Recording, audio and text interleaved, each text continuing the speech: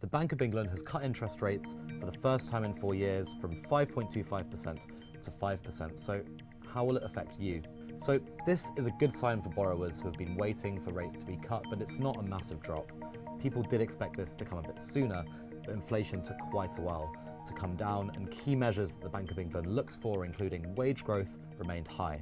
Because of the bank rate, mortgage rates have also been high since 2022, and that's caused mayhem in the property market. Now, the average 2-year fixed mortgage rate is currently about 5.3%, while the average 5-year fixed rate is a bit lower at about 4.87%.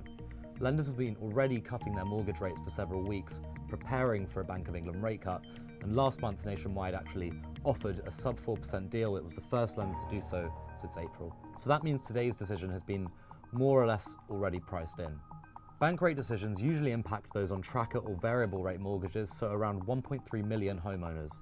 Now, for the average UK homeowner that doesn't have a fixed rate deal, today's rate cut could save them about £30 a month or £380 a year. Londoners will feel the impact the most because the average property price is over £500,000. So today's rate cut could save those people about £60 a month or £700 a year. Mortgage brokers believe that rates will keep falling over the coming months because lenders will price in future bank rate cuts. Lenders also want to get ahead of one another and attract borrowers to them by offering competitive rates. So what about savings? Well, savings rates actually peaked last year. So banks have been slowly cutting easy access rates, preparing for the bank rate cut.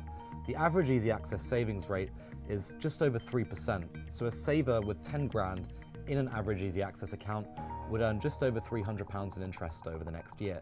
The bank's rate cut is likely to have profound implications for consumers and businesses. Lower rates can provide a boost to the valuations of certain companies, such as those that are prized not for their profits today, but the prospects of their future earnings. But generally, an investment portfolio spread over the entire global stock market is likely to be influenced more heavily by the American central bank's decisions rather than those made by the Bank of England. Both the US Federal Reserve and the European Central Bank are also expected to cut interest rates in September, which signals that the era of high borrowing costs around the world is coming to an end.